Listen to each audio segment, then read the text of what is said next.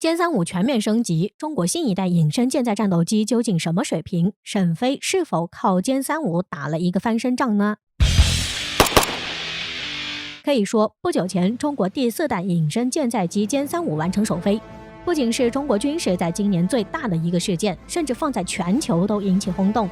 因为这对于中国在海空领域是一项阶段性的突破。随着美国隐身联合战斗机 F-35C 正式上舰，中国的歼15舰载战斗机与其产生了巨大的技术代差，对于新型舰载机的研发是大势所趋，也是迫在眉睫。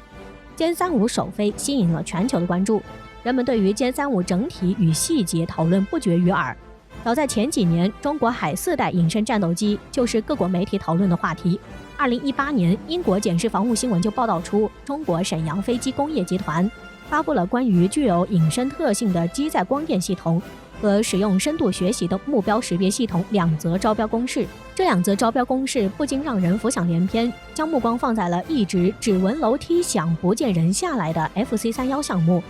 可以说，歼35的研发就是在 FC31原型机的基础上得来的。这款中国第4代隐身战斗机的原型机 FC31胡鹰首次试飞是在2012年，只比成都航空飞机工业研制的歼20晚1年多，但境遇大不相同。如今的歼20已经正式服役，成为担负起中国空军未来对空对海主权维护的重型歼击机。而自 FC31首飞之后便了无音讯，仿佛石沉大海。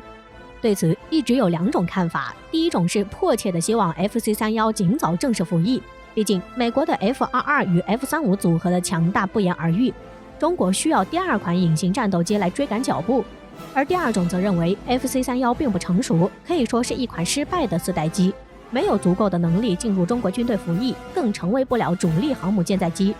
那么为什么 FC31战斗机在首飞9年后服役仍然遥遥无期？这里就要提到沈阳飞机工业集团和成都航空飞机工业的历史问题。1982年，中国3代机竞标，沈飞的歼31战斗机惨败于成都歼10战斗机，而且输得很惨。随后在4代机的研发上，沈飞的3翼面雪橇战斗机又一次败给了成飞的歼20战斗机，这2次的失败也让沈飞备受打击。为了提高先进战机的设计研制能力，中国沈阳工业集团自主研发、自筹资金，确立了 FC31胡鹰战斗机的技术项目。这也是沈飞对典型4代机的各种技术进行研制与创新的一个技术验证机。所以这款战斗机既不是沈飞为对标歼20参与4代机竞标的方案，也不是军队确立的项目。搞清楚这一点，就很好的理解了为什么在 FC31战斗机首飞9年后依然没有正式服役。任何一款战斗机的服役都要经过一段漫长的时间，一般都有几个阶段和大节点。首先是阶段1的高级测试，主要对飞机的飞行性能进行全面检测。然后是第2阶段，完成全状况测试，装上所有的装备。再到3阶段的试验是否具备初步战斗力，最后才是小批量的生产和服役。在这么多的阶段过程中，还会建造6到7架原型机进行局部的调整和修改，并且大部分的原型机并不会服役，直接功成身退。所以一款战机的研发要耗费大量的时间、财力、物力、人力。从 FC31技术试验机到今年10月份首飞的歼35隐形战斗机，这一过程的艰辛不言而喻，但结果总归是好的。随着歼35的首次试飞以全新的姿态再次回到大众的视野，标志着中国在第2代舰载战斗机终于揭开了神秘面纱，横空出世。据相关人士分析，歼35是在 FC31基础上进行大规模改装的舰载战斗机。首先是歼35的机背与 FC31有着相当大的不同，歼35的机背凸起非常明显。这种改进增大了飞机的内部燃料箱燃油面积，虽然会稍微影响飞行员向后的视野，但却有效地提升了作战半径。再加上这次歼35配备了推力更大、更省油的新型国产发动机。这种发动机结合扩展油箱设计，作战半径是原版 FC31的2倍左右，从600千米提升到了1250千米，已经完全超越了美国的 F-22和 F-35这2款隐形战斗机。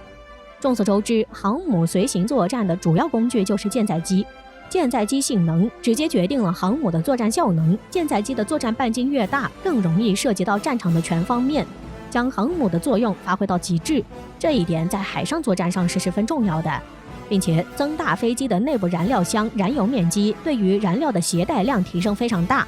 在不影响战斗机作战性能的情况下，可以有效地提高战斗机的续航，延长了战斗机的滞空时间，严重制约短航时战斗机的打击范围，在战略上有着更大的优势。在歼35首飞时，可以看到机身整体呈现绿色，但中国以往的测试战机主要以黄色底色为主。据了解，歼35采用的是更为先进的隐身涂层，一种叫做超材料的特殊性质人造材料。这种材料是自然界中不存在的，拥有着一些特别的性质，比如让光、电磁波改变它们的通常性质，而这是传统材料无法做到的事儿。超材料在成分上并没有什么特殊之处，重点在于其精密的几何结构，其中的微结构大小尺寸小于它作用的波长，因此得以对波施加影响。这种高科技材料我们不了解，但看到对波施加影响，那肯定是有着更加优秀的隐身能力。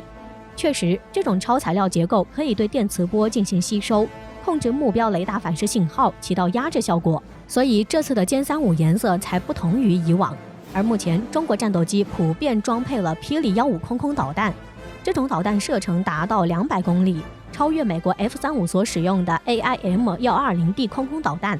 而歼35可以携带4到6枚霹雳15，加上自身的航程，有分析认为装备歼35的航空战斗群，其攻击范围达到1250千米，超越美军的 F-35与 F-22。这里有了解的人可能会有疑问，为什么不在歼20的基础上改进新一代的隐身舰载战斗机呢？毕竟歼20的性能是大家公认的，在歼20的基础上研制舰载机，难道不会更简单一点吗？还真不会。首先，任何一款舰载战斗机在研制之前，都必须考虑到像起降滑跑距离、起飞重量、载油量、载弹量、飞机尺寸等等，这些都会在方方面面限制一架舰载战斗机的研发。而歼20作为中国第一款4代战斗机，其目的就是在空战性能指标上追赶甚至超越美国，要在方方面面做到最好是不可能的，所以歼20只能舍弃一些方面，这样才能与美国的 F-22一较高下。其次，歼20真的太大了，比美国的 F-22都要大得多，而作为舰载机，要完全符合航母甲板、机库、升降机的严格尺寸限制。像歼20这么大的战斗机，会大大减少航母可配备的战机数量，那么即使战机性能再好，在数量上大打折扣，其在战场上能发挥的作用也就不如以往了。所以，如果改装歼20作为舰载机，其难度之大不亚于重新研发一架战斗机。总的来说，歼35的首飞让人们对这架飞机抱有着极大的希望。要知道，全世界也只有6款舰载战斗机，而歼35不单单是像歼15一样的普通舰载机，而是第4代隐身舰载战斗机，标志着中国成为世界上第2个成功自主研发出第5代战斗机的国家。